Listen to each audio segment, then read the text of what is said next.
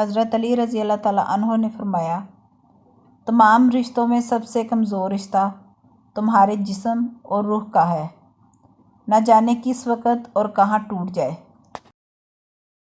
نبی کریم صلی اللہ علیہ وسلم کی بہترین دعا: اے اللہ، میں سوال کرتا ہوں خوشگوار زندگی کا، اچھی موت کا، اور ایسی واپسی کا جو ذلت اور رسوائی سے خالی ہو۔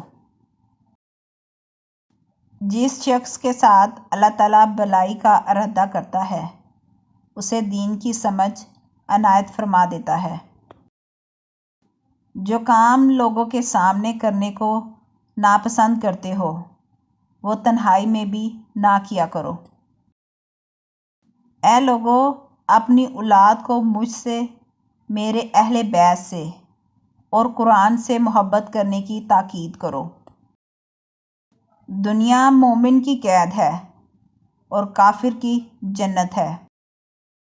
سفید کپڑے پہنا کرو، وہ زیادہ پاک اور زیادہ عمدہ ہے۔ جو شخص جنت کا شوق رکھتا ہے وہ نیکیوں میں جلدی کرتا ہے۔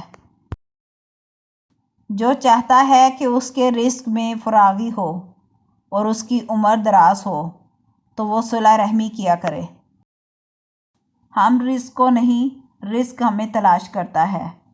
نبی کریم صلی اللہ علیہ وسلم کا فرمان ہے، بلا شبہ انسان کا رزق اس کو موت سے زیادہ شدت سے تلاش کرتا ہے۔ مظلوم کی بد دعا سے ڈرتے رہنا، کیونکہ اس دعا کے اور اللہ تعالیٰ کے درمیان کوئی پردہ نہیں ہوتا۔ رسول اللہ صلی اللہ علیہ وسلم نے فرمایا، میں تو ہر روز اللہ تعالیٰ سے 100 بار استغفار اور توبہ کرتا ہوں۔ نیکی سکھانے والے کے لیے ہر شے بخشش مانگتی ہے، یہاں تک کہ دریا میں مچھلیاں بھی۔ افضل ہجرت یہ ہے کہ تم اس چیز کو چھوڑ دو جسے اللہ عز و جل ناپسند کرتے ہیں۔ خرچ کرو اور گن کر نہ دو، ورنہ اللہ بھی تمہیں گن کر دے گا، اور ہاتھ نہ روکو ورنہ اللہ بھی تم سے اپنا ہاتھ روک لے گا۔ جب تم کسی میں مسجد میں آنے جانے کی عادت دیکھو تو اس کے ایمان کی شہادت دو۔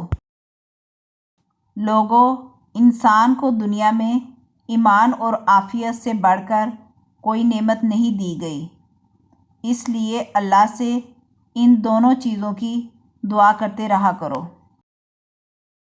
کسی انسان نے اس شخص سے بہتر روزی نہیں کھائی جو خود اپنے ہاتھوں سے کما کر کھاتا ہے۔ اللہ کے نبی حضرت داؤد علیہ السلام بھی اپنے ہاتھ سے کام کر کے روزی کھایا کرتے تھے۔